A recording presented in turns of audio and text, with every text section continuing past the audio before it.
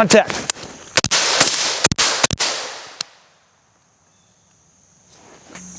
Hey guys, welcome back to Thieves Den. I'm your host Thief, and I would like to formally introduce you to and welcome you to Arrowhead Lodge. That's what we have decided to call this property and the surrounding areas. So welcome to Arrowhead Lodge. Once again, I am Thief, your host. If you're new here, welcome. If you feel like it, you can go ahead and give it a like, give it a subscribe. I don't really mind if you just want to lurk. That's okay. Throw your comments in there, give me suggestions. It really helps me find out if people are actually watching or if they're interested in what I'm doing. And it drives me to learn more about all the new stuff that I've gotten to do this. For instance, like microphones, cameras. We have lots of new weapons to showcase. So we're going to break down this one here in just a second.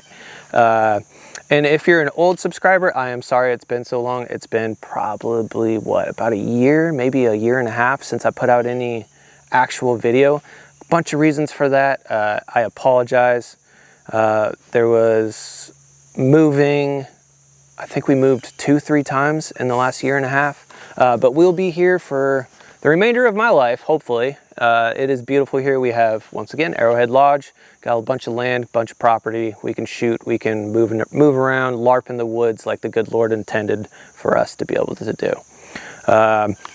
Once again, if you are an old subscriber, these videos will be starting to come back out. I've got, once again, nothing else to do but to film and make content for you guys. So let me know what you guys want to see and what you want to hear. All right, guys, we're going to do that weapon breakdown. Like I said, I just really can't wait to talk about this rifle.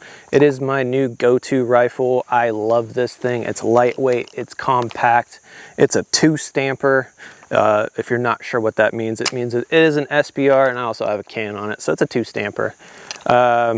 With the new laws I have to look into, I'm not sure if that even really matters anymore, but this is old school 2-stamper.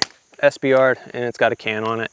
But yeah, let's talk about the Noveske and why I love this N4 model. So first of all, it's probably about 5 pounds, maybe. It's just such a sweet little rig. All right, so anyways, tip to butt here. We'll just quickly talk about some of the stuff on here. So I am running a Surefire RC2. Up on top, underneath, I have a Surefire War Comp, I believe it is. Light options, you typically go with Mod Light or Surefire. There are a couple other light companies out there. Streamlight makes a good light. So does Cloud Defensive. But me personally, I like Mod Light because they're smaller and they're typically brighter in my opinion. So this is a Mod Light PLH V2 on a Unity Tactical. I believe it's Unity Tactical. Yeah, Unity Tactical. Not sure what these are called, but it's a weapon throw, I believe, rail. It pushes the light forward, so when you turn it on, you don't get so much shadow from your suppressor. Makes sense. And then this is a Frankenstein build, kind of. So we go Mod Light, the Surefire tail cap, Surefire lead, goes into these little Amazon, yeah, I got something on my gun from Amazon. Amazon M-Lock screw lead things. It just basically holds the wire down and it flips around over here and into a Surefire pressure switch right here. So I did say it's a Frankenstein build. We go Mod Light, Surefire, Cloud Defensive. So this is a Cloud Defensive mount. And the reason why I chose that, I usually typically run like a hot button or like a Surefire pressure switch up on top. And I just can't do that because I have the Noveske switch block rail. So what that means is I can just push this little button in and turn it, and I can go from suppressed to unsuppressed just like that.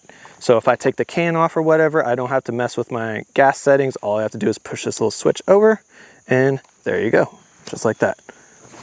All right, moving down, we have the Forward Observations Group aluminum grip, and it's just a hand stop. A little hand stop right there. It's lightweight, it's aluminum. I like it. There's nothing wrong with it. All right, moving down, we got the Noveske barrel, Noveske rail. Like I said, this is the N4 model. Internals, so these are the Noveske DLC bolt carrier group and all their components. I don't think they outsource their firing pin or anything like that. It's just all Noveske. Somebody makes it for them, but I'm not sure who.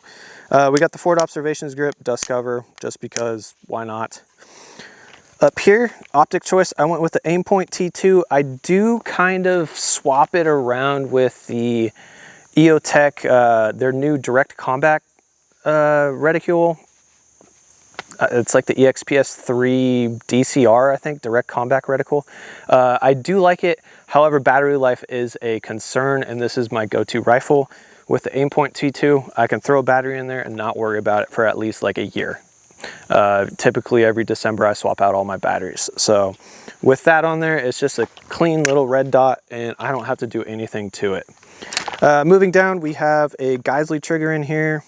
Not sure which model it is. It is a flat trigger, but I like Geisley triggers. That's typically what I run, or Timney. Reason for that, I just like how they feel. This is a 2-stage trigger, I believe. Yeah, it's 2-stage. And then I have the Magpul 45-degree selector switch. B5 Systems grips. So here's a funny thing. So grip-wise, I think I tried 3 or 4 different hand grips before I decided that I was going to go with B5. I tried Magpul. I tried Slade. What's Slade's company's called? Irregular Defense. I really like the Irregular Defense. It doesn't feel right, and I couldn't get it to fit properly. I think they're made for Gen 4 or Gen 4 and above. This is a Gen 3, so I think that's why. But just this grip angle, it's good. B5 is the way to go for this rifle. Other rifles, maybe not. Charging handle, I got a Radian Raptor SD charging handle. It helps with suppression, pushes all the gas forward, so it's not in my face when I'm shooting.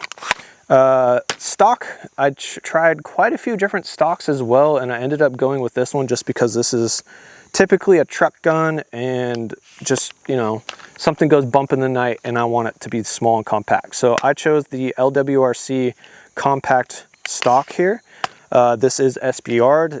Once again, it's a 10.5-inch barrel, and this is just it's just a fun little reliable get-go.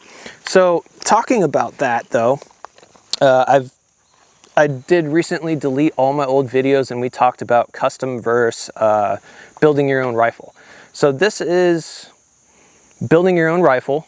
However, you can just go buy pretty much this whole setup from Noveske, but you're gonna be paying probably about $1,000 more to have it already built for you. Now, there's a couple issues with things you want to consider building your own rifle, especially higher end ones like Knight's Armament, Noveske. They're just hard to get. They're not always in stock. This rifle took me close to, I think, a year to build, just because the parts weren't available at the time. I had to wait for the rail to become available. Then I had to wait for the barrel to become available. Then I had to wait for the lower and the upper, and tack swap and gun broker. It's just, you can't just go to Noveske and be like, I want that part, that part, that part, that part. Same with Knight's Armament, same with a couple other the Guccier builds out there. But if you have the patience and you have the money, definitely build yourself a Noveske or a Knight's Armament or a LMT. They're just fantastic rifles, and they will not fail you. So that's it for today though. It's just a quick little video. Welcome back from me to you guys. Welcome to the channel if you're new here. I can't wait to see you guys again. And once again, welcome to Arrowhead Lodge. Love you guys. Have a good day.